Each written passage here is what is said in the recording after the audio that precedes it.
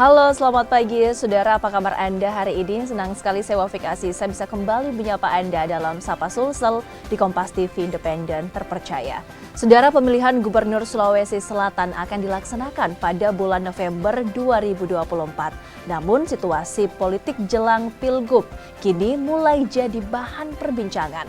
Sejumlah nama digadang-gadang akan maju menjadi bakal calon gubernur. Namun elektabilitas yang tinggi bukan jaminan seseorang bakal menjadi kandidat calon gubernur. Partai pengusung menjadi faktor penting, lantas siapa saja yang akan dilirik oleh partai politik untuk diusung pada Pilgub Sulsel mendatang. Hal ini akan kita bahas bersama narasumber kami yang sudah berada di studio Kompas TV. Langsung saja kita sapa, ada Profesor Firdaus Muhammad, pengamat komunikasi politik. Selamat pagi, Prof. Ya, selamat pagi. Terima kasih. Ya, luar biasa. Kami juga ingin mengucapkan selamat untuk penganugerahan sebagai guru besar di UIN Alauddin Makassar ya, Prof. Ya, terima kasih. Baik, kita akan membahas salah satu isu yang juga cukup menarik begitu ya, Prof, untuk kita bahas bersama terkait dengan Pilkada yang akan jatuh pada 27 November 2024 ini. Tidak terasa setelah pemilihan umum kemudian lanjut lagi ke Pilgub. Anda melihat, Prof, seperti apa situasi politik terkini di Provinsi Sulawesi Selatan? Ya, terima kasih. Jadi tema kita menarik untuk menyadarkan publik bahwa setelah hajatan pemilu, pemilihan presiden, pemilihan legislatif, DPD, nanti di tahun yang sama, di 2024, ada hajatan yang melibatkan masyarakat untuk berpartisipasi, yaitu pemilihan gubernur diantaranya, atau pilkada. Nah, konteks Sulawesi Selatan ini menarik. Nah, menariknya adalah harus kita lihat siapa figur-figur yang akan maju. Nah, seperti tema kita. Lalu kemudian peluangnya untuk diusung oleh partai. Atau misalnya ada yang memilih di jalur independen. Itu mungkin saja. Nah, dari sejumlah nama yang beredar selama ini, yang mulai diperhitungkan, saya kira diantaranya yang paling siap itu adalah Pak Dr. Ilham Arief Sirajuddin.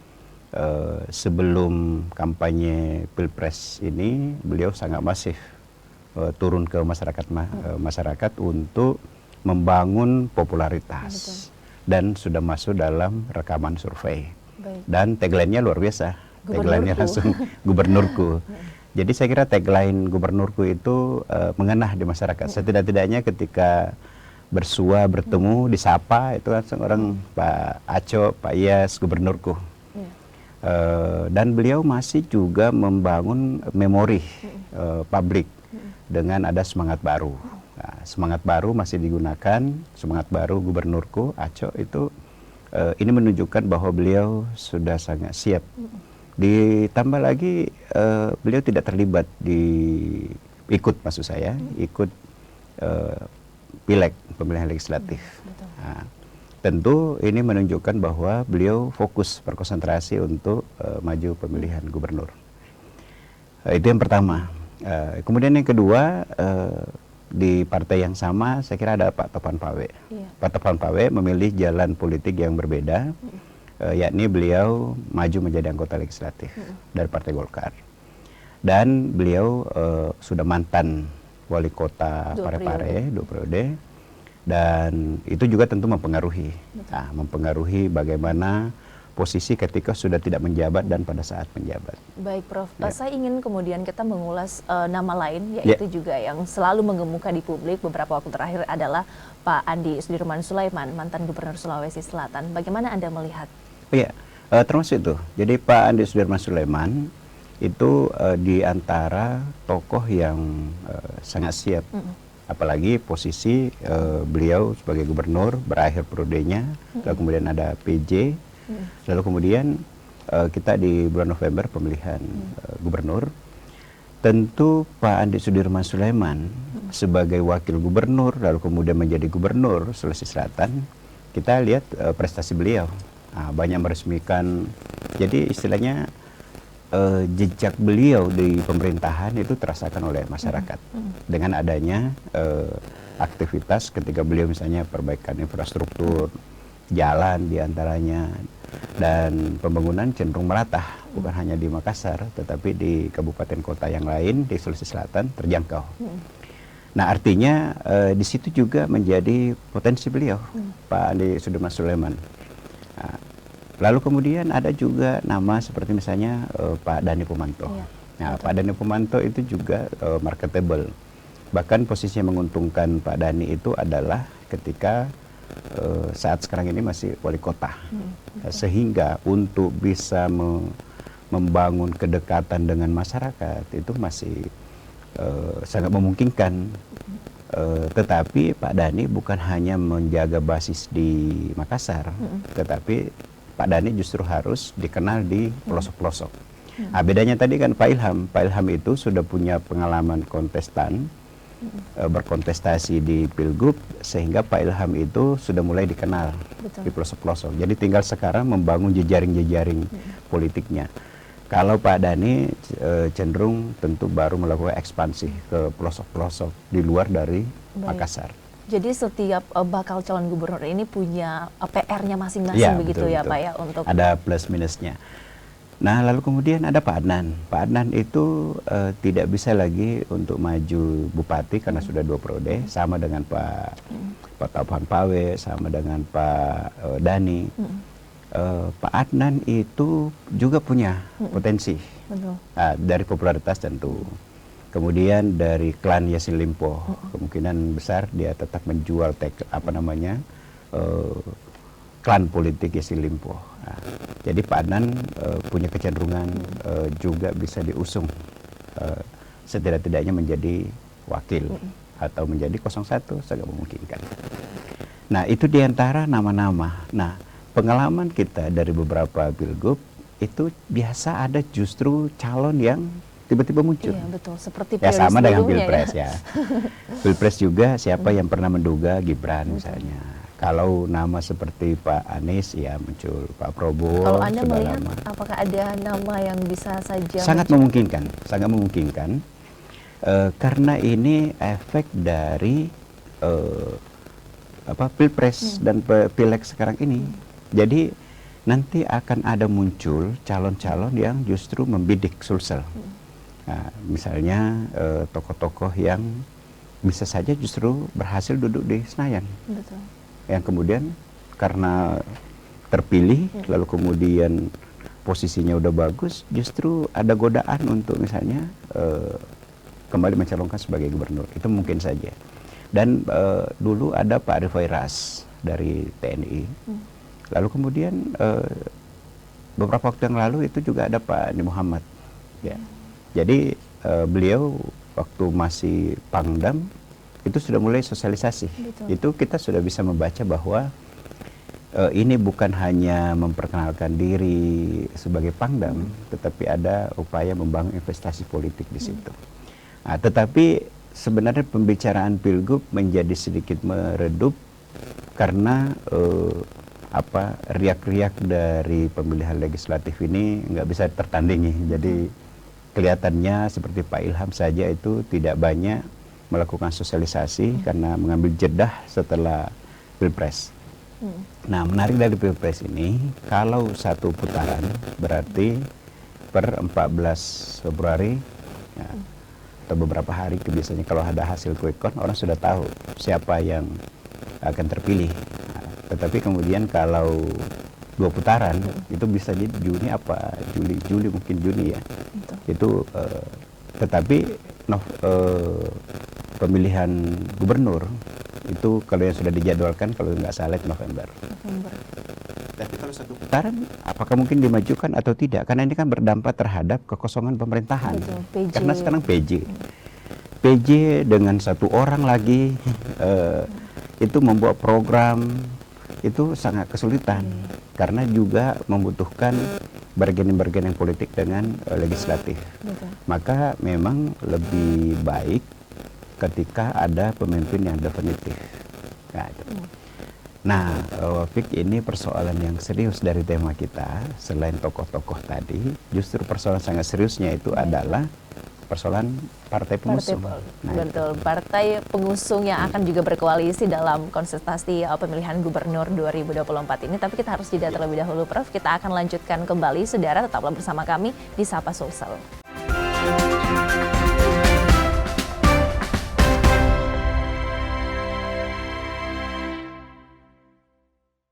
Pemilu 2024 adalah pesta demokrasi kita. Perbedaan pilihan jangan sampai menjadi konflik dan mencederai demokrasi itu sendiri. Jadilah bagian dari Pemilu 2024 dengan mengetahui setiap tahapannya untuk Indonesia maju dan damai. Pencalonan DPD dimulai sejak Desember 2022, sementara pencalonan DPR dan DPRD dimulai sejak April 2023. Sedangkan pengumuman pendaftaran serta pencalonan presiden dan wakil presiden dimulai Oktober 2023. Dilanjutkan dengan masa kampanye pada November 2023. 11 sampai 13 Februari 2024, seluruh peserta kampanye masuk dalam masa tenang untuk memberikan waktu kepada masyarakat memutuskan secara objektif pilihannya. Berikutnya, proses rekapitulasi hasil penghitungan suara. Setelah suara dinyatakan sah, pengambilan sumpah Presiden dan Wakil Presiden Republik Indonesia terpilih. Jadilah bagian dari perhelatan akbar bangsa Indonesia bersama teman memilih Rumah Pemilu Kompas TV. Pemilu 2024 diikuti oleh 24 partai politik. Kenali nama, logo, dan nomor urutnya.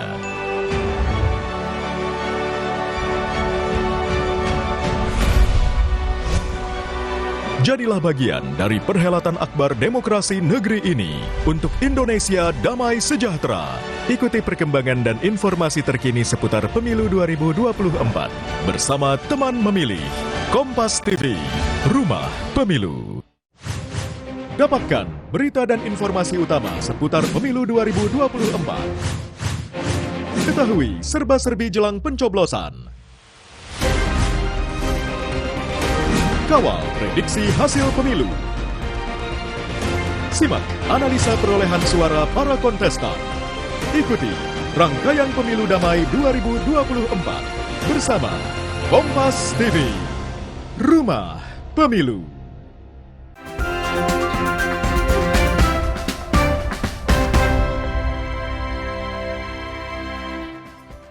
Terima kasih Anda masih bersama kami, Saudara, dalam Sapa Sulsel. Kita masih kembali membahas soal bagaimana kemudian dinamika politik menjelang pemilihan gubernur 2024. Masih bersama dengan Profesor Firdaus Muhammad. Tadi di segmen sebelumnya kita sempat mengulas beberapa tokoh begitu yang kemudian digadang-gadang untuk menjadi calon gubernur Provinsi Sulawesi Selatan. Dari beberapa tokoh yang Anda sebutkan tadi, Prof, kira-kira siapa yang memiliki elektabilitas paling tinggi? Sebenarnya belum keseluruhan disurvei, meskipun di antara figur-figur itu ada yang melakukan survei dengan caranya masing-masing. Ya tentu karena belum banyak bergerak, itu juga mempengaruhi dari segi popularitas dan elektabilitas, potensi elektoral. Jadi sementara ini yang kita lihat sangat masif itu Pak Ilham. Ya. Pak Topan Pawe juga sudah memulai menyebar baliho-baliho di luar Parepare, tetapi semua itu tadi pending karena lebih fokus pada perhatian masyarakat pada pilpres, pileg ini. Nah, dari figur-figur yang ada, ini justru yang harus kita bedah ini lihat adalah siapa yang paling kuat di partai. Betul. Nah, itu. Ada misalnya Pak Ilham. Pak Ilham itu kader Partai Golkar. Tetapi juga ada Pak Topan Pawe. Nah, Pak Topan Pawe sekarang justru menjadi ketua Golkar. Nah, jadi tetapi Golkar itu punya sistem, siapa yang punya potensi elektoral lebih tinggi ya pasti itu yang dipilih karena persoalannya adalah bagaimana bisa menjadi pemenang. Di antara dua nama tadi, Prof, kira-kira Golkar akan condong kemana? Sebenarnya juga sangat tergantung pada pilpres ini, karena pilpres ini mempengaruhi dinamika perpolitikan. Jadi besar sekali pengaruhnya. Nah, jadi nanti akan dilihat. Ya sekarang elit-elit partai itu sangat berhati-hati. Ya berhati-hati. Kalau misalnya sekarang ini kerja untuk partai, justru itu akan diukur kerjanya seperti apa. Kalau tidak kerja juga diukur. Ya. Tapi politik itu biasa ada jangka pendek, hanya dilihat dari pertemuan-pertemuan lobby-lobby politik, sebab kita melihat selama ini kadangkala ada figur yang tadinya sangat mendominasi, sudah sangat populer misalnya, tetapi di injury time malah hilang namanya, tidak masuk dalam pencalonan karena dinamika internal partai. Dan Anda harus ingat bahwa sangat sulit satu partai mengusung satu partai mengusung sendiri karena keterbatasan jumlah kursi. Nah, sehingga nanti dibutuhkan ada koalisi-koalisi. Nah, koalisi itu juga menjadi sangat berat. Nah, dari nama-nama yang disebut tadi, misalnya Pak Ilham, lalu kemudian Pak Dhani, Pak Adnan, dan figur-figur lain, itu problemnya adalah bukan sebagai ketua partai. Nah, maka dari sinilah diharapkan figur-figur seperti misalnya Pak Dhani. Pak Dhani itu kan harus memperkuat bargaining positionnya di partai. Nah, apakah misalnya PDIP, apakah di Nasdem, apakah di Demokrat, di Golkar, di mana bisa berlabuh. Itu pekerjaan berat. Jadi boleh jadi popularitasnya sangat tinggi, potensi elektoralnya tinggi, tetapi bagaimana dia bisa meyakinkan partai pengusung. Nah, ada jalur lain ketika tidak lewat partai, itu jalur independen, tapi juga sangat berat. Dan perhatian orang terhadap kandidat yang masuk lewat jalur independen itu biasa ekspektasi apa? Ya, ekspektasinya tidak terlalu tinggi karena dianggap ini bukan melalui jalur partai. Jadi PR terbesar para bakal calon ini adalah justru bagaimana memiliki kendaraan partai. Iya. Partai. Jadi Baik, kita misalnya akan Pak menyoal Ilham itu harus Golkar misalnya, Pak Adnan harus punya partai. Nah, termasuk Pak Andi Sudarmo Sulaiman. Ya, Andi Sudarmo Sulaiman juga bukan ketua partai. Iya. Ketika menjadi gubernur, pembina partai, pembina seluruh partai, tapi bukan ketua partai. Lagi-lagi orang seperti Pak Andi Sudirman, Pak Adnan, Pak Ilham, Pak Dhani itu harus meyakinkan partai untuk bisa diusung. Baik, kalau menyoal soal PDI Perjuangan, Pak Firdaus, ini kan Dhani Pomanto bersama dengan Adnan juga di sana, begitu. Yeah. Mereka juga diberikan tugas bahkan untuk memenangkan PDIP dalam pemilu tahun ini. Anda melihat seperti apa potensi dua nama ini, Pak, dalam PDIP? Ya, sekarang diberi tugas untuk melihat bagaimana kontribusinya. Tetapi juga kan lagi-lagi partai sekarang beradu nasib. Jadi akan dilihat kekuatan partai. Jadi ini posisi memang belum terlalu stabil secara politik. Karena apa? Pelantikan presiden itu nanti di Oktober. Lalu kemudian setelah pelantikan presiden barulah formasi menteri. Nah, sehingga kalau dikaitkan dengan pemilihan pilkada di November, ya itu irisannya terlalu berat. Karena pemerintah ibaratnya belum stabil. Jadi siapa partai yang menguasai Senayan, siapa partai yang mendominasi di pemerintahan, itu kan ada pengaruhnya nanti. Nah, maka sekarang ini semua disuruh kerja. Gitu. Pak Dhani silakan kerja, Pak Adnan silakan kerja, Pak Ilham silakan kerja, Pak Topampawe kerja, Pak Sudirman Sulaiman. Saya kira semua kerja dengan caranya masing-masing. Nah, dari situ nanti akan dikalkulasi potensi-potensi untuk bisa diusung. Apa saja kemudian, Prof, indikator ataupun juga potensi-potensi yang bisa membuat beberapa parpol ini bisa berkoalisi? Ya, partai itu ada pandangan objektif, tapi ada juga pandangan pragmatis. Nah, objektif itu misalnya begini, lihat survei. Jadi setelah dibentangkan survei, dilakukan mapping, pemetaan-pemetaan, siapa yang surveinya lebih bagus. Itu salah satu modalitas politik dimiliki seorang kandidat ketika surveinya lebih tinggi. Itu bisa menjadi pertimbangan. Nah, itu yang saya katakan objektif berdasarkan hasil pendekatan ilmiah melalui survei. Tetapi kadangkala juga ada pragmatis. Justru biasa terjadi di injury time. Nah, siapa partai ini mengusung siapa? Koalisi. Jadi antara partai satu dengan yang lain berkoalisi. Ketika berkoalisi kursinya cukup, lalu kemudian siapa yang diusung. Setelah itu nanti pertanyaan berikutnya, siapa yang kemudian paketnya. Itu yang menarik itu ketika dilakukan paket. Misalnya boleh jadi Andi Sudirman Sulaiman paket dengan Pak Adnan misalnya. Karena harus dilihat juga potensi elektoralnya, potensi popularitas elektoral, lalu kemudian finansial. Jadi orang juga akan harus dihitung dari situ. Nah, kalau misalnya Pak Andi Sudirman Sulaiman itu secara finansial relatif aman. Kalau dikaitkan dengan Pak Amran Sulaiman misalkan dengan power modal itu bisa dikaitkan. Nah, kalau menyoal soal loyalitas begitu terhadap parpol, apakah itu bisa jadi pengukuran juga atau seperti apa, Prof? Ya tentu partai akan menjadikan itu alat ukur bahwa Anda bekerja. Nah, masa Anda panen tidak menanam. Nah, Anda tidak berkeringat di partai. Nah, jadi bahkan kadangkala juga ada orang yang justru sekian lama membangun loyalitasnya, pengabdiannya, itu justru kadang dicampakkan. Itu bisa terjadi. Karena juga di dalam partai itu penuh dengan dinamika-dinamika.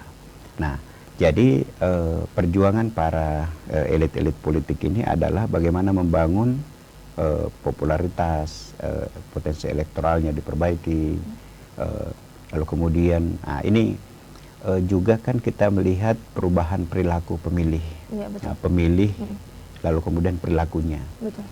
Pemilih pemula itu banyak. Ya, di Pilpres saja ini lompatannya cukup banyak. Lalu kemudian itu juga nanti saya kira kurang lebih sama nanti di pemilihan gubernur. Nah, tentu tema-tema yang yang dijual, program yang dijual itu harus mengena kepada kaum muda. Nah, bisa jadi nanti ada figur seperti Pak Ilham tiba-tiba mengambil anak muda. Anak muda yang mungkin belum terkenal, tetapi cepat bisa dikenalkan. Baik, ya samalah polanya kayak di Pilpres. Gibran tidak begitu dikenal, Prabowo sudah sangat terkenal. Tetapi tiba-tiba pola seperti itu bisa saja nanti terjadi di Pilgub. 02-nya itu adalah orang yang kita tidak banyak kenal, tetapi dia punya potensi elektoral. Jadi popularitasnya mungkin belum tinggi, tapi potensi elektoralnya tinggi. Melihat bahwa dia punya jejaring itu. Baik, itu juga sangat menarik ya untuk menjadi perhatian dari beberapa itu harus menjadi diperhitungkan oleh elit partai. Apalagi melihat Provinsi Sulawesi Selatan ini DPT-nya pemilih pemulanya itu cukup tinggi, cukup tinggi. Kita akan bahas lebih detail seperti apa kemudian potensi dari beberapa bakal calon gubernur ini untuk bisa menarik suara dari pemilih pemula. Kami akan lanjutkan pembahasannya usai jeda berikut ini.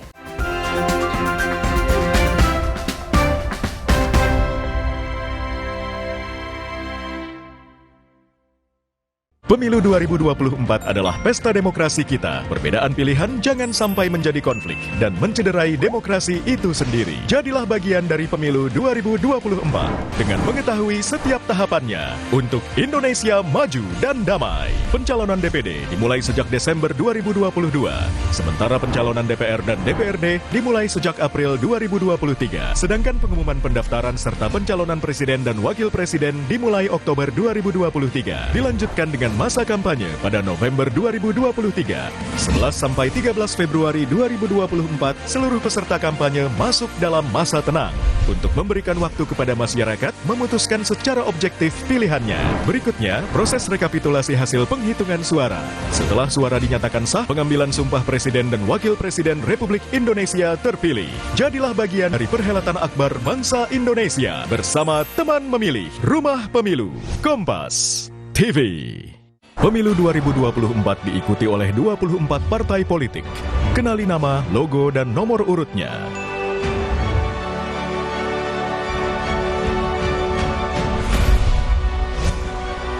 Jadilah bagian dari perhelatan akbar demokrasi negeri ini untuk Indonesia damai sejahtera. Ikuti perkembangan dan informasi terkini seputar Pemilu 2024 bersama teman memilih Kompas TV, Rumah Pemilu.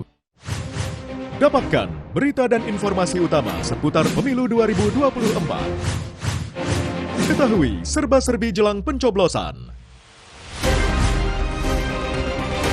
Kawal prediksi hasil pemilu. Simak analisa perolehan suara para kontestan. Ikuti rangkaian Pemilu Damai 2024 bersama Kompas TV, Rumah Pemilu.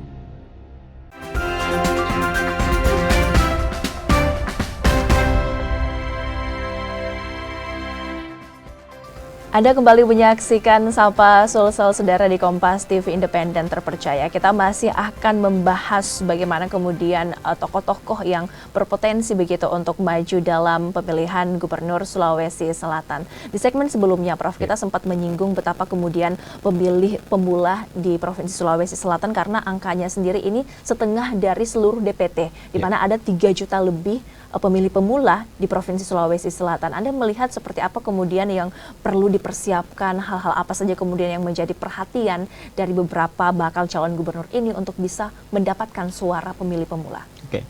Untuk pemilih pemula, untuk menyasar pemilih pemula itu yang pertama dan utama adalah memberi edukasi politik pada generasi muda. Dalam hal ini dia harus paham politik, apa pentingnya berpolitik, apa hak dan kewajiban sebagai warga negara dalam menentukan pilihan, berpartisipasi dan menentukan pilihan secara cerdas. Nah, kalau mereka sudah memiliki kesadaran itu, tinggal nanti dimobilisasi untuk berpartisipasi, dan bisa jadi mereka nanti itu menginginkan figur yang bukan hanya membawa aspirasinya, tetapi memang figur yang diinginkan adalah figur muda. Nah, itu boleh jadi nanti. Makanya formasi kayak Pilpres itu bisa terjadi. Ada figur-figur muda yang justru muncul di injury time. Itu sangat memungkinkan. Jadi pertama tadi diedukasi supaya mereka memiliki kesadaran politik yang baik. Lalu kemudian yang kedua, mempersiapkan bagaimana partai menggait anak-anak muda ini terlibat di partai. Dan saya kira di partai politik, termasuk di Sulawesi Selatan, itu banyak anak-anak muda yang terlibat di dalam. Tetapi resiko anak muda itu adalah harus membutuhkan kematangan, karena masih minim pengalaman. Boleh saja konseptual dia udah bagus, untuk bisa menggait pemilih sudah bagus, tetapi dalam merealisasikan programnya itu mungkin berat karena masih minim pengalaman. Nah, karenanya itu harus di backup antara generasi yang lebih berpengalaman dengan anak-anak muda. Karena anak muda ini potensi untuk menggait itu cukup tinggi, tetapi dia masih minim pengalaman ketika menjalankan pemerintahan. Karenanya partai ketika memilih atau menetapkan anak-anak muda masuk di partai, itu juga harus selalu di briefing lah, gitu, diberi pemahaman-pemahaman tentang pemerintahan, tentang legislatif, eksekutif, yudikatif, supaya ketika nanti menjalankan tugasnya itu bisa lebih bermanfaat. Nah, termasuk menghindari yang money politik, menghindari tindakan koruptif, karena itu merugikan karirnya. Bayangkan kalau anak muda masih 30 tahun lalu kemudian terjerat dengan kasus korupsi. Sangat disayangkan ya, Prof. Sangat disayangkan. Baik, bisa dibilang tadi Anda sempat juga mengatakan bahwa pemilu nantinya 14 Februari ini menjadi penentu yang sangat signifikan begitu terhadap pemilihan Gubernur Sulawesi Selatan. Sejauh ini, Prof, Anda melihat nantinya di bulan November ataupun kemudian jika dimajukan oleh KPU jadwal pemilihan gubernur, kira-kira nih Prof, ada berapa pasang yang akan bertarung untuk mendapatkan posisi Gubernur Sulawesi Selatan? Ya, saya kira kalau idealnya itu 3 sampai 4, ya maksimal 5. Itu pun supaya juga tidak terlalu membingungkan masyarakat, tetapi kalau 2 itu juga resisten kalau hanya 2 kandidat. Ya tepatnya itu memang 3, maksimal 4. 5 itu terlalu terlalu tersebar. Dan ini juga sebaran suara misalnya kalau sampai 5 pasangan, itu juga harus dilihat dari peta politiknya, geopolitik. Jadi ada nama juga yang kita misalnya belum sebut dari tadi dan punya potensi juga, itu kan Ibu Indah. Gitu. Saya kira kayak Ibu Indah itu juga sangat patut untuk diperhitungkan. Selain karena dia perempuan, secara geopolitik dan kinerjanya. 2 periode itu cukup bagus Ibu Indah. Saya misalnya mengikuti media sosialnya. Nah, selain tokoh-tokoh politik yang lain, saya itu sering mendapatkan di media sosial Ibu Indah itu sangat merakyat. Jadi tidak gengsi, isu-isunya itu isu yang merakyat. Jadi dan diterima oleh masyarakat. Nah, itu juga misalnya bisa menjadi misalnya nanti 4 calon, 5 calon, tapi dari sekian calon itu sudah representasi. Ada elit politik, yang partai, ada yang lebih mungkin profesional, ada kaum muda, ada perempuan. Yang pasti kita mengharapkan pilihan masyarakat itu beragam dan terwakili. Nah, jadi ketika saya memilih anak muda ada, ketika saya memilih akademisi ada, saya mau memilih profesional, birokrat murni itu ada. Dan itu menjadi indah ketika kita diperhadapkan beberapa calon pilihan. Tapi kalau tiba-tiba dari partai menetapkan, KPU menetapkan calon cuma 2, kita nggak ada pilihan lain. Nggak ada pilihan lain. Lebih Tapi banyak kalau, lebih bagus ya Prof ya. dari segi potensi untuk kita menentukan pilihan, tetapi juga harus dihitung biaya politik. Jadi kalau saya itu idealnya 3-4. Baik, untuk terakhir nih Prof, faktor apa kemudian yang bisa dibilang menjadi penentu, menjadi indikator utama untuk bisa memenangkan pemilihan gubernur 2024 ini Prof? Pertama itu adalah popularitas, ya kaitan dengan elektabilitas. Yang kedua itu partai. Jadi kalau Anda sudah terkenal, lalu kemudian diterima masyarakat, nah, maka kemudian ada kendaraan partai, ada partai pengusung, koalisi mengusung. Saya kira itu menjadi potensi besar. Dan ya tidak bisa diabaikan karena politik kita high cost, ya juga harus ditopang. Pertama popularitas, kedua partai, ketiga modalitas. Baik, terima kasih banyak Prof untuk waktunya. Semoga segala potensi yang ada terhadap bakal calon gubernur di Provinsi Sulawesi Selatan ini tentunya bisa memajukan daerah kita ya di Provinsi Sulawesi Selatan. Terima kasih sekali lagi Profesor Firdaus Muhammad, pengamat komunikasi politik. Saya Wafik Asisa, saudara, pamit undur diri. Terima kasih untuk kebersamaan Anda. Sampai jumpa.